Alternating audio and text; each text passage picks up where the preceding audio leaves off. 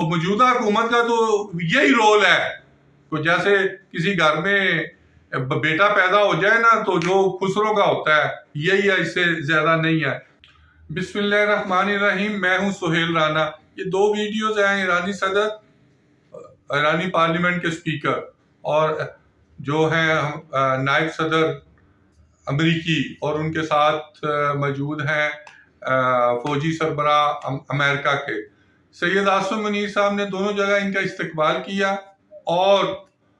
رات کو تقریباً 1:30 اور 2 کے درمیان، اور ابھی 10 منٹ پہلے امریکی نائب صدر کا۔ تو مجھ سے کسی دوست نے ابھی پوچھا یہ فون پہ کہ یہ کون who's the heading the مذاکرات، تو میں کہا نیچرلی سید عاصم منیر کے ہی سارے یہ وہ ہیں جو ایران کے ساتھ، امریکنز کے ساتھ اور سعودی عرب کے ساتھ، اور ایک ملک نکال دیا انہوں نے بیچ میں جو ہمارے ملک ان بھارت کے بعد ہم پر دہشت گردی ہمارے ملک میں پھیلا رہا تھا۔ تو موجودہ حکومت کا تو یہی رول ہے کہ جیسے کسی گھر میں بیٹا پیدا ہو جائے نا تو جو خسروں کا ہوتا ہے یہی ہے، اس سے زیادہ نہیں ہے۔ کم ٹو دی پوائنٹ کہ یہ مذاکرات اللہ کے فضل سے کامیاب ہوں گے، اور مجھے ان کے ایک دو ہی فیڈرل منسٹر ہیں جو سٹنگ گورنمنٹ جو ڈیڈلی آنیسٹ ہیں، جیسے آپ آئی ایس آئی کے سربراہ کو کہہ سکتے ہیں ہی از دی ڈیڈلی آنیسٹ مین، اور اس کے ساتھ ایک 2 اسٹار جنرل ہے جس کا نام این سے شروع ہوتا ہے اور میم پہ ختم ہوتا ہے، وہ ہیڈ کر رہا ہے۔ اسحاق ڈار صاحب نے کیا کرنا ہے؟ ان کا تو وہی کام ہے جو رات کو انہوں نے کیا، اس میں آنا نہیں چاہتا۔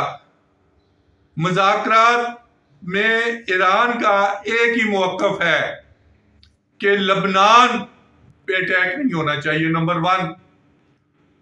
اور نمبر 2 جو ایران کا دوسرا پوائنٹ ہے کہ وہ کہتا ہے کہ ایک بیرل پہ $1 اس کا فیصلہ ہونا ہے۔ آج مزید جو تیسری بات ہونی ہے وہ انتہائی خطرناک ہے، وہ معلوم ہے لیکن میں کچھ وجوہات کی بنا پر نہیں بتانا چاہتا، اس لیے آپ رات 10 بجے تک کا انتظار کریں۔ مذاکرات کامیاب ہے، سید عاصم منیر کی سربراہی میں یہ مذاکرات ہو رہے ہیں، یہاں پہ سول گورنمنٹ کا کوئی رول نہیں ہے۔ آنے والے 24 گھنٹے پاکستان کے لیے بڑے اہم ہیں، جہاں امریکہ کے لیے، سعودی عرب کے لیے اور ایران کے لیے، وہاں پہ ہمارے لیے بھی ہیں۔ مزید تفصیلات جاننے کے لیے آپ باربان یوٹیوب اور باربان ٹی وی اور سہیل رانا کے ساتھ جڑے رہیں۔